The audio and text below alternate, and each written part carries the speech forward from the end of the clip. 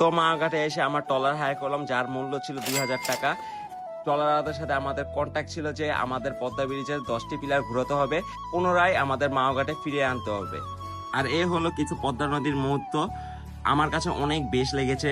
এবং যখন ট্রলার চলছিল তখন ভিউটা অনেক জোশ ছিল। যখন আমরা পদ্মা ব্রিজের সামনে আসলাম তখন ভিউটা দেখতে আরো জোশ। এ হচ্ছে আমি, আর পদ্মা ব্রিজ আমার পিছনে।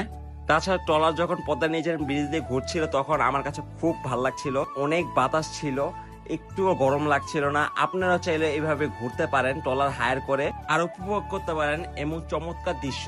আর ভিডিওটি ভালো লাগলে ফলো করুন, দেখা হচ্ছে নেক্সট ভিডিওতে।